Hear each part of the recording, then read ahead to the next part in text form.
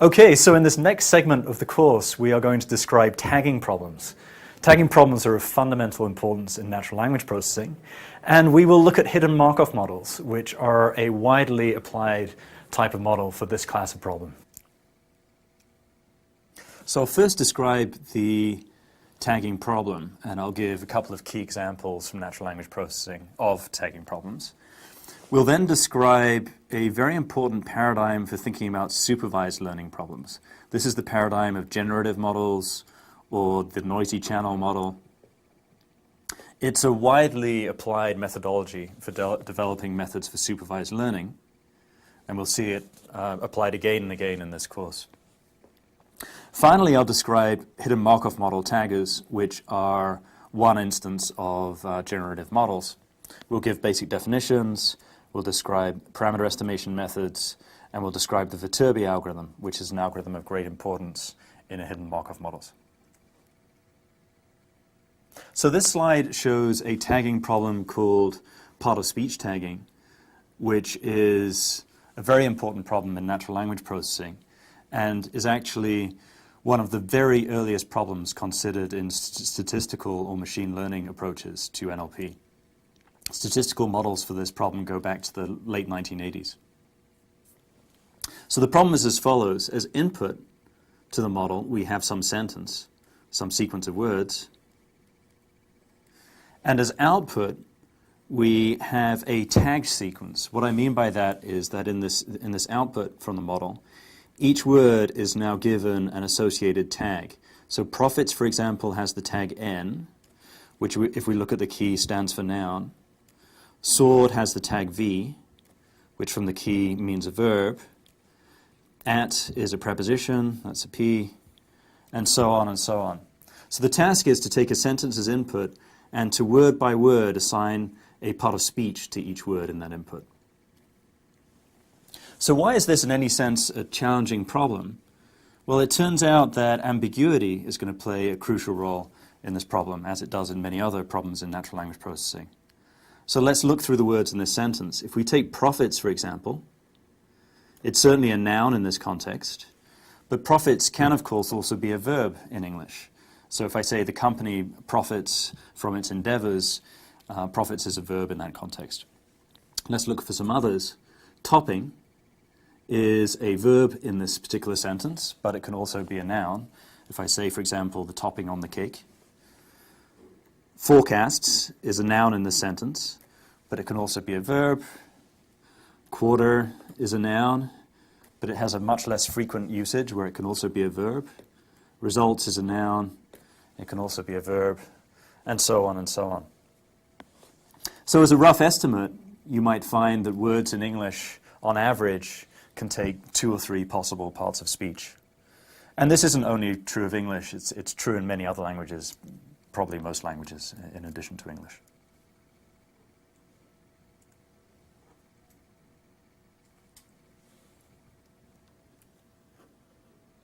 So here is a second example of a tagging problem, and this is the problem of named entity recognition. Again, this is a very important problem in NLP, and actually in the first programming assignment for this course, you will build a complete named entity recognizer, so you'll build a model for this task. So what is the named entity recognition problem? The problem in this case is to take, again, a sentence, a sequence of words as input, and now in the output, we're going to identify named entities in the input sentence. So a named entity might be a company, or a location, or a person. Those are 3 very common entity types. And in this output, we've identified Boeing CO as a company, Wall Street as a location, and Alan Mulally as a person. So, basic problem, take a sentence as input and mark up all the entities in that sentence in the output. So again, this is a very basic problem in NLP, and it's useful in a wide range of applications. You can imagine all kinds of cases where identifying entities would be a useful task. Now, at first glance, this doesn't look like a tagging problem, because a tagging problem needs to assign a tag to each word in the input. And here we really have a segmentation, an identification of subsegments of the sentence. But on the next slide, I'll show you how we can map this problem very directly to a tagging problem.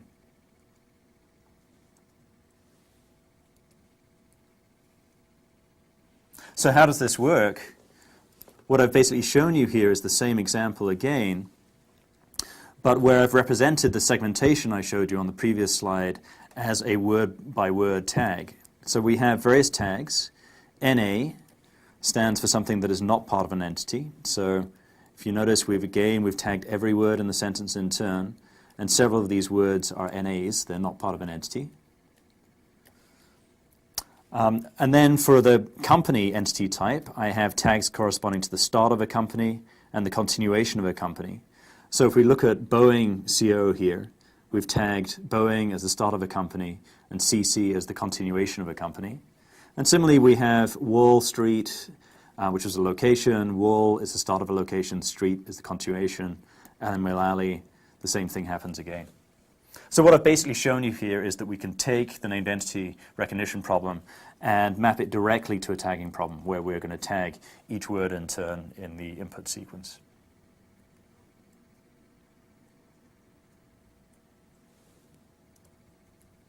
So our goal is going to be the following. We're going to treat this as a machine learning problem. And so we'll assume that we have some set of training examples.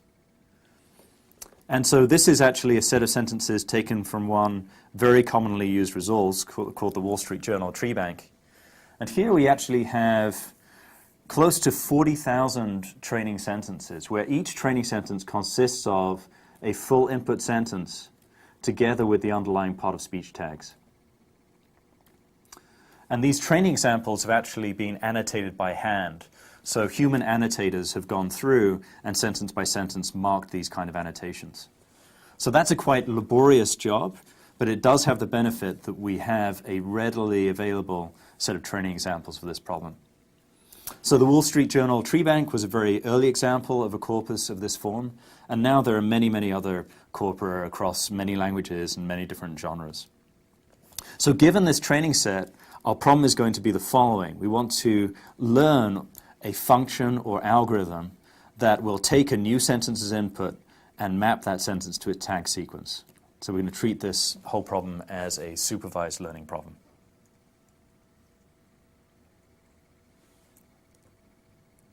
To develop a little bit more intuition for how we might develop a model for this problem, or what kind of information might be useful in developing a model, I want to talk about two different types of constraints that play a role in the part of speech tagging problem, or actually any tagging problem.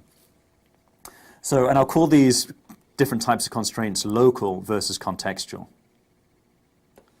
So local constraints take the following form. If we look at a particular word of English, for example, can, and again we're considering the part of speech tagging problem here, can has a preference to be a modal verb. Okay, so it's much more often seen as a verb in English, but it can also be seen as a noun. So a priori, can has a bias to have one part of speech over another part of speech, and we'll refer to that as a kind of a local preference, the local preference of a word to take one part of speech over another. But we have to balance these local constraints against what I'll call contextual constraints, which are that some part of speech sequences are much more likely than others.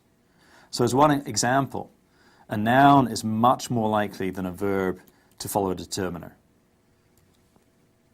Okay, so if I have a determiner, the tag is DT, this is a word like the or a. After a determiner, I'm very likely to see a noun. NN is a noun. I'm much less likely to see a verb. Okay, so there's sort of contextual information. Some tag sequences are much more likely than others. And we'll have to balance these two types of constraints when we build tagging models. And it's worth remembering that these preferences are sometimes in conflict.